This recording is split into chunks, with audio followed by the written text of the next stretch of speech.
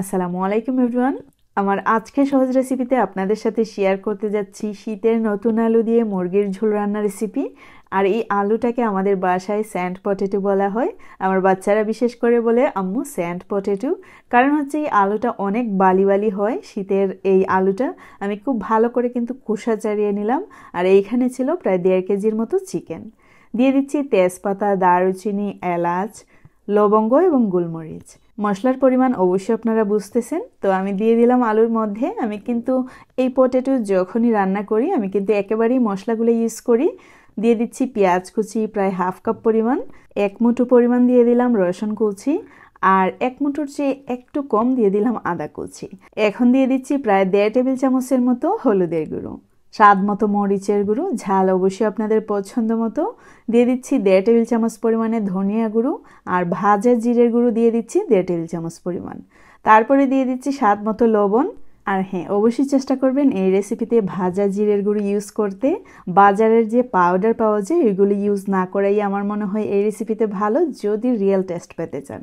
তো আমি তেল দিয়ে দিলাম পরিমাণ মতো, আর একদম নাড়াচাড়া না করেই 10 মিনিটের জন্য ঢাকনা ইউজ করলাম। প্রায় 10 মিনিট পর ঢাকনাটা তুলে খুব ভালো করে মিক্স করে নিচ্ছি। আলু এমন একটা সবজি, শুটকি, ভাজি, বড়া, পাকুড়া যাই বলেন না কেন সব কিছুর সাথেই মানিয়ে যায়। এই আলুটাকে বিশেষ করে অনেক সুস্বাদু, যেহেতু শীতের অনেক বড় বড় আলু ছিল, প্লাস একদম বালি বালি খেতে, মুখে দিলেই কিন্তু একদম মিশে যায়। নর্মালি যে আলুগুলো আমরা খাই 12 মাস, ঠিক সেই রকম না।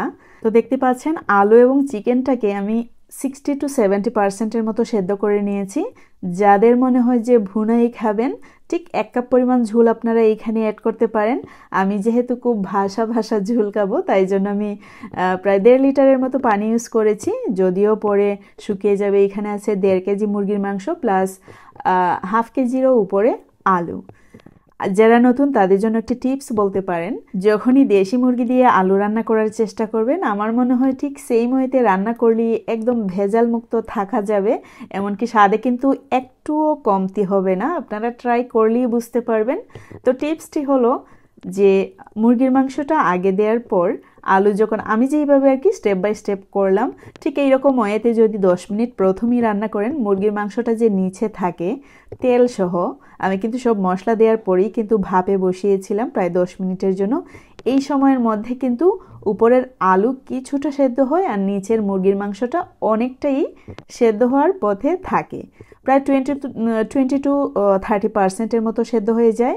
অবশ্যই চেষ্টা করবেন চুলার আগুন মিডিয়াম টু লো ফ্লেমেতে রেখে রান্না করতে, তাহলে কিন্তু খুব ভালো সেদ্ধ হবে। প্রায় 95% মতো রান্না হওয়ার পর আমি কিন্তু ধনেপাতা ইউজ করলাম। অবশ্যই চেষ্টা করবেন এইরকম রেসিপি যদি শীতের সময়ে করেন একটু একটু ধনেপাতা ইউজ করার, তাতে করে স্বাদ কিন্তু অনেক বেড়েই যায়। আরও 5 মিনিট আমি রান্না করব, তারপরেই আমার রান্নাটা শেষ। আমি আশা করি আমার আজকে সহজ রেসিপি আপনাদের কাছে অনেক ভালো লেগেছে।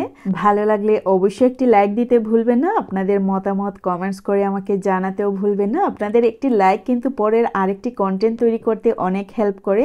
একটি অনুরোধ থাকবে, যারা ফেসবুকে দেখছেন আমার পেজটি ফলো করতে ভুলবেন না, এমনকি শেয়ার করতেও ভুলবেন না আমার নতুন পেজটা। যারা ইউটিউবে দেখছেন আমার চ্যানেলটি সাবস্ক্রাইব করতেও ভুলবেন না। অনেক দিন হয়ে গেল, আসলেই আমি হতাশ।